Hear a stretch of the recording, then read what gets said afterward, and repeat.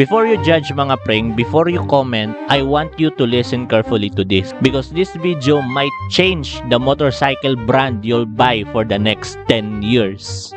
Mga preng, this is not about fanboy wars. This is about why most riders actually choose Yamaha over Honda. Even when Honda is known to be more reliable. And why Kawasaki, Suzuki, and KTM are silently winning in different game. So mga preng, stay with me because if you ride, this applies to you. So let's talk about what people don't say online. First mga preng, let's be clear. This is not sponsored and this is not brand bias. This based on search behavior, sales psychology, riders identity, and years of observing real riders, not comment warriors. Mga preng, most people think motorcycle choice is about specs. Pero preng, that's wrong. Motorcycle choice is about identity. So let's start with Yamaha. Yamaha dominates search result mga preng, and there's a reason. Yamaha doesn't sell motorcycles. Yamaha sells feelings mga preng. Listen to how people describe Yamaha bikes. Masarap i-rev, ramdam mo yung makina, parang buhay. Mga preng, that's emotional language. Yamaha engines are tuned to feel aggressive even when they're not fastest or more fuel efficient. And psychologically, riders don't want to feel practical. They want to feel fast, to feel confident, to feel alive. So that's why Yamaha owns Sniper, Aerox, R15, R3, and the MT series.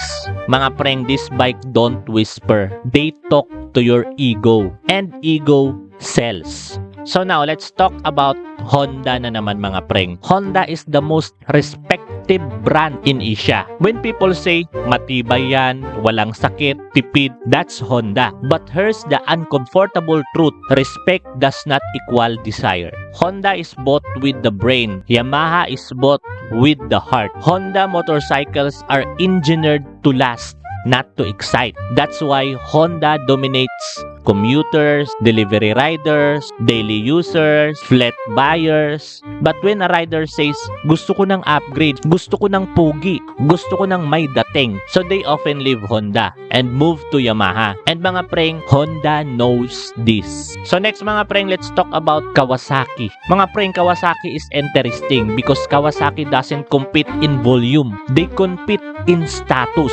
When someone rides a Kawasaki, they're saying, I'm not here to save fuel. I'm here to be noticed. Even their small bike feel big. Mga preng, that branding psychology. Green is aggressive. Design is sharp. Sound is intimidating. Kawasaki riders don't argue online. They just rev and live. So now let's talk about Suzuki, the most misunderstood brand. Suzuki is the brand of riders who actually understand motorcycles. They don't need validation mga preng. Suzuki engines are smooth, strong, underrated. The problem, Suzuki doesn't market emotion well. But riders who choose Suzuki usually don't go back because they ride for performance mga preng, not for likes.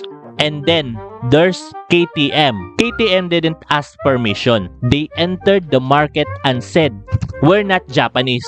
Deal with it. Mga preng, KTM riders are younger, louder, more experimental. They want tech. They want design. They want uniqueness. KTM is trending not because it's perfect, but because it feels different. And today's market mga preng, different wins.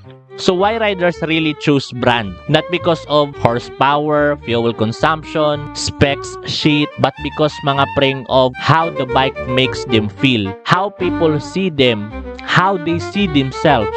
Mga preng, your motorcycle is not transport. It's a statement. And every brand understands this, except the riders arguing in comment section. So here's my question for you mga preng. Not what brand is best, but what kind of rider are you becoming? Because your next motorcycle will reveal that answer. Ride safe, ride smart. And if this made you think, you know what to do. See you in the road.